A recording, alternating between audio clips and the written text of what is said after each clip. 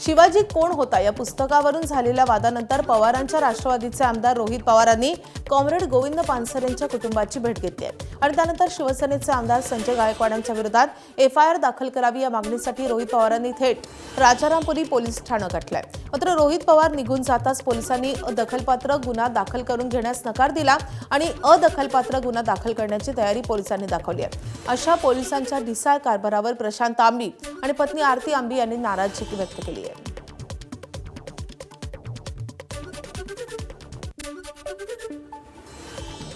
सगळ्यांची मागणी आहे अशा पद्धतीने महिलांबद्दल खालच्या लेवलला जाऊन बोललं, पानसरे साहेबांसारखे निश्चितच बोललं आणि तसंही बोलताना छत्रपती शिवाजी महाराजांबद्दल जो अवमान त्यांनी केला या सगळ्या गोष्टींना पुढे करत असताना याचा एफआयआर विचारावा, तो एफआयआर रजिस्टर व्हावा आणि त्याच्यावर इन्व्हेस्टिगेशन व्हावं असं तमाम छत्रपती शिवाजी महाराजांवर प्रेम करणारे व महामानवांवर प्रेम करणारे व संस्कृत महाराष्ट्रातल्या लोकांची ही मागणी आहे। आंदोलन ज्यावेळेला सुरू होतं त्यावेळेला पोलिसांनी आम्हाला एफआयआर घेतो आणि ही कलम दाखल करतो अशा पद्धतीचा शब्द दिला होता, पण नंतर त्याने आमची शुद्ध फसवणूक केलेली आहे।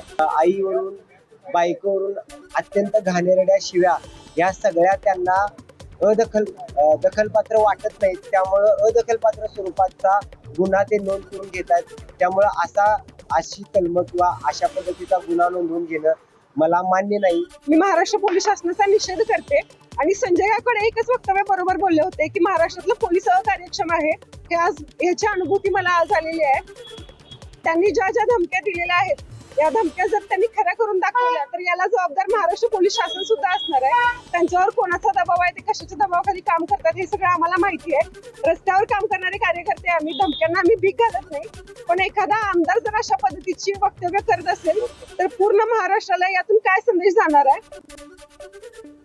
तर शिवाजी कोण होता या पुस्तिकेचे प्रकाशक प्रशांत आंबी यांना आमदार संजय गायकवाड यांनी फोनवर अश्लील भाषेत शिवीगाळ केली होती, याबद्दल त्यांनी आता दिलगिरी व्यक्त केली आहे। दरम्यान छत्रपती शिवाजी महाराजांचा उल्लेख नेहमी सन्मानपूर्वकच व्हावा ही आपली ठाम भूमिका असल्याचं आमदार संजय गायकवाड यांनी स्पष्ट केलंय। संबंधित पुस्तकातील एकेरी उल्लेखांवर आक्षेप घेत त्यांनी हा विषय वादाचा नसून संस्कार आणि आदराचा असल्याचं मत व्यक्त केलंय। दरम्यान अलीकडील काळात आपल्या तोंडून काही अयोग्य शब्द गेले असल्याची जाणीव व्यक्त करत त्यांनी मनापासून दिलगिरी व्यक्त केली आहे। त्या पुस्तकाबद्दल माझा काही आक्षेप नाही। ज्यांनी कोणी ते पुस्तक प्रकाशन केलं त्यांनी फक्त छत्रपती शिवाजी महाराज यांचा सन्मानजनक वापर त्या ठिकाणी करावा। मी जे काही त्यांना रात्रीच्या वेळेला त्यांना शिवगाळ केली, त्यांच्या आईबद्दल बोललो असेल किंवा त्यांच्या पत्नीबद्दल, त्याबद्दल मी दिलगिरी व्यक्त करतो। पण ज्याला कुणाला बुलढाण्यातून पुस्तक वाचायचं असेल का महाराष्ट्रात आणखी कुठं वाचायचं असेल त्याला आमची विनंती आहे की आपण आपल्या बापाचं नाव सुद्धा एकरी घेत नाही तर महाराजांचं नाव किमान छत्रपती शिवाजी महाराज असंच नाव त्याच्यामध्ये उल्लेख करा आणि मग खुशाल पुस्तक वाचा। आम्ही पण तुमचं ऐकायला त्या ठिकाणी येतो, पण महाराजांचा नावाचा उल्लेख एकेरी करून करोडो हिंदूंचा अपमान करू नका। मुंबईत रिक्षावाल्यांना मराठीची सक्ती करण्याचा निर्णय परिवहन मंत्री प्रताप सरनाईक यांनी घेतलाय। सरनाईक यांच्या निर्णयाचं शिवसेना मनसे पक्षाकडून स्वागत होत असताना शिवसेनेचे नेते माजी खासदार संजय निरुपम यांनी मात्र या सक्तीला आपला विरोध दर्शवलाय। त्याच पार्श्वभूमीवर काल संजय निरुपम हे दहिसरमधल्या रिक्षा चालकांसोबत संवाद साधण्यासाठी आले होते। त्याचवेळी मनसैनिकांनी दहिसरमध्ये धाव घेत संजय निरुपम यांच्या विरोधात घोषणाबाजी केली आहे। विशेष म्हणजे मनसेच्या कार्यकर्त्यांनी मराठीची घोषणा देत संजय निरुपम यांच्या कारची हवा सोडली आहे। त्यांच्या गाडीवर बाटली फेकून मारल्याचं दिसून येत आहे आणि त्यामुळे काही गोंधळ निर्माण झाला होता। तर निरुपम यांच्यावरील हल्ल्याप्रकरणी मनसे पदाधिकारी आणि कार्यकर्त्यांवर गुन्हा दाखल करण्यात आलाय। मनसे नेते नयन कदम, मनसेचे मुंबई उपनगराचे अध्यक्ष कुणाल माईनकर यासोबतच मोठ्या संख्येनं कार्यकर्त्यांना पोलिसांनी अटक केली आहे।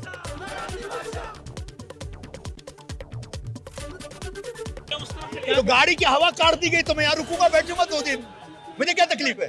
अबे पुलिस वालों से पूछिए। गाड़ी की हवा पण भरणार होते, गाड़ी पास चलते हैं महाराष्ट्र, गाड़ी की हवा का आहे, गाड़ी की हवा निकाले। मेरी गाड़ी कौन सी है पता है आपको? जबरदस्ती बोले जा रहे जरा है ना, जरा संभालू नहीं आना तुम्हें भाई।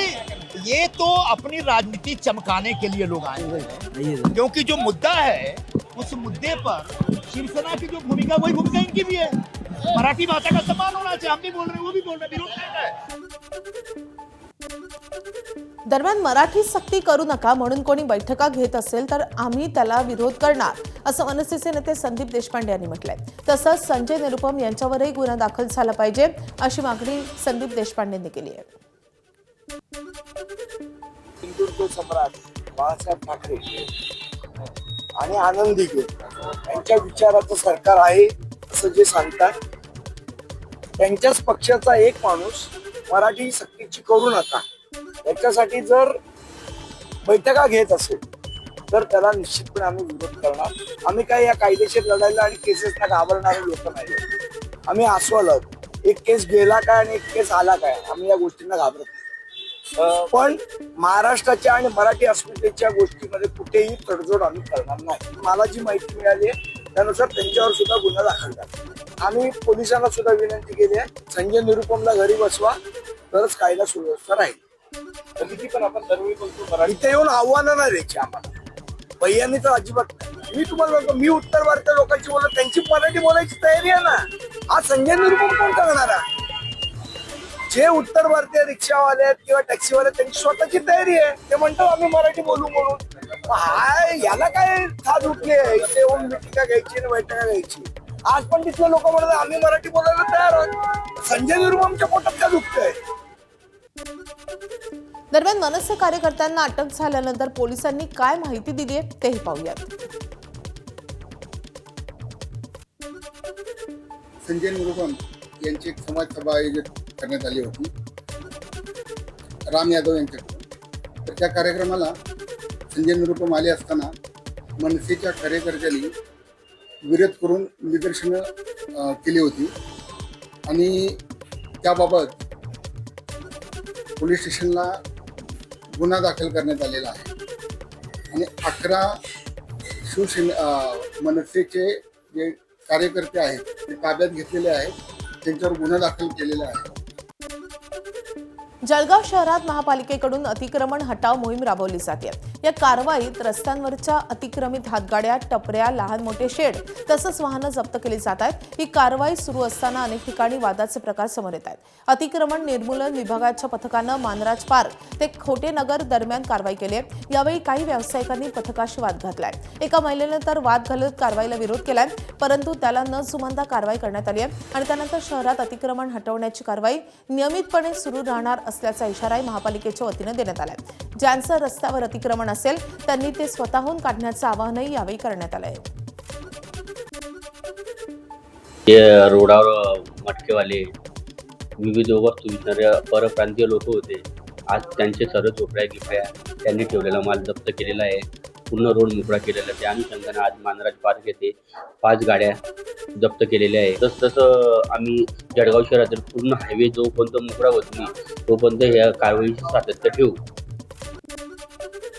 जळगावमधल्या अतिक्रमण विषयावरून राष्ट्रवादीच्या नेत्या प्रतिभा शिंदे आणि भाजपच्या महापौर दीपमाला काळे यांच्यात अतिक्रमणावरून आरोप प्रत्यारोपांच्या फैरी झडत आहेत. जळगाव मनपाकडून शहरातील अतिक्रमण हटवली जात असताना महापौर दीपमाला काळे यांनी आपल्या हॉटेलच्या बेसमेंटचं अतिक्रमण अगोदर हटवावं, मगच इतरांच्या अतिक्रमणास हात लावावा, अशा प्रकारची भूमिका राष्ट्रवादी पक्षाच्या नेत्या प्रतिभा शिंदेंनी घेतली आहे. तर महापौर दीपमाला काळे यांनीही त्यांना आव्हान देत आपल्या हॉटेलचं अतिक्रमण आहे हे सिद्ध करून दाखवावं.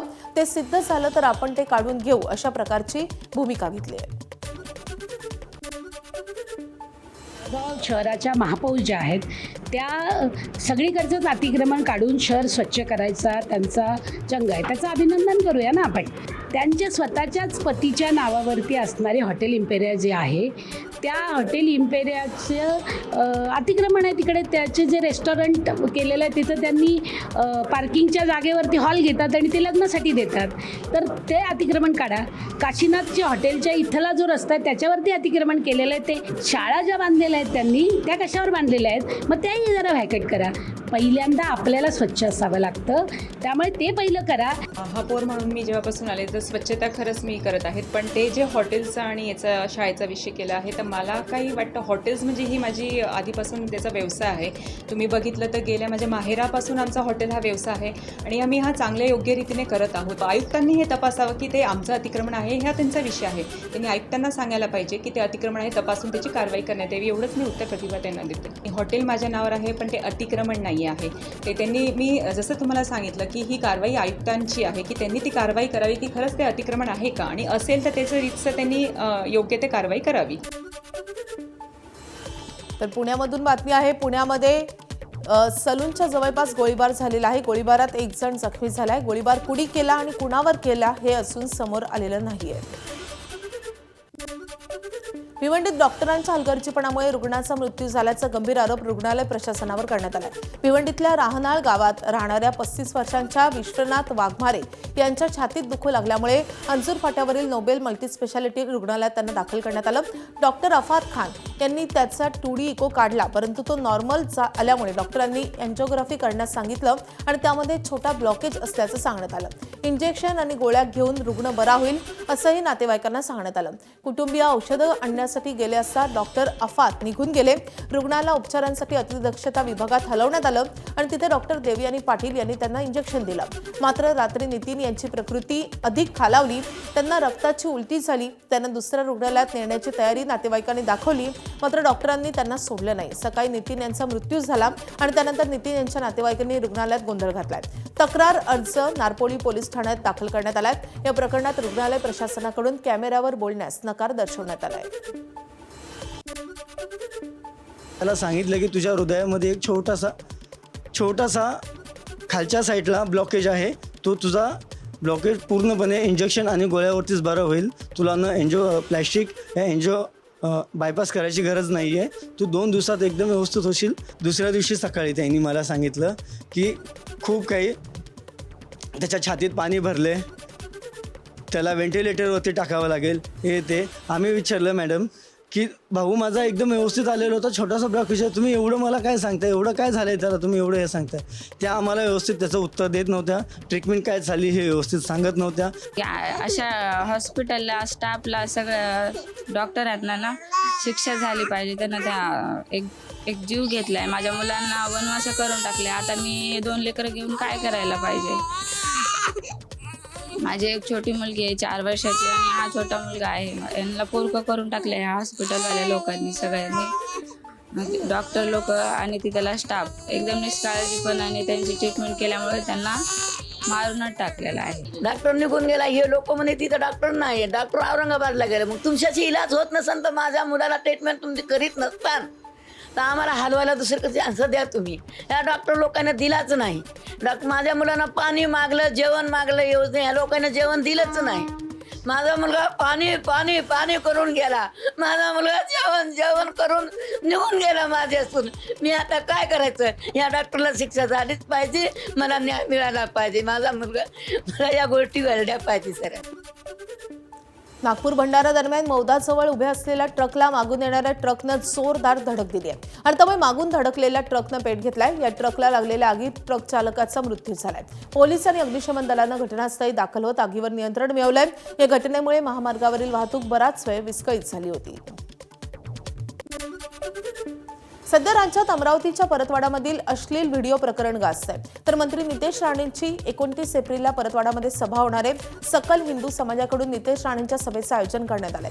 अंजनगाव सोज्जीचे देवनाथ मठाचे पीठाधीश जितेंद्र महाराज आणि राष्ट्रीय महिला आयोगाच्या अध्यक्षा विजया रहाटकर या देखील उपस्थित राहणार आहेत. तर तरुणींचे अश्लील व्हिडिओ काढून ते सोशल मीडियावर व्हायरल केल्याप्रकरणी पोलिसांनी मुख्य आरोपी अयान अहमद याच्यासह आतापर्यंत 8 आरोपींना अटक केली आहे आणि त्यामुळे या प्रकरणावर नितेश राणे त्यावेळी नेमकं काय बोलणार हे पाहणं महत्त्वाचं असेल.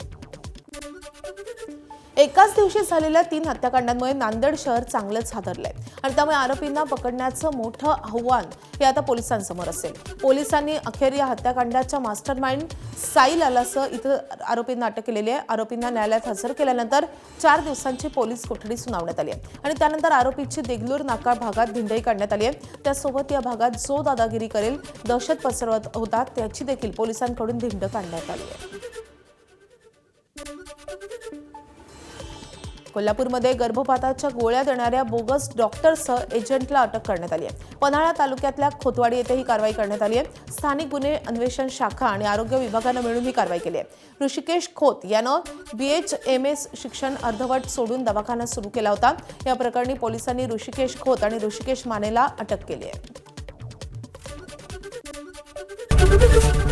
ABP माझा, उघडा डोळे बघा नीट.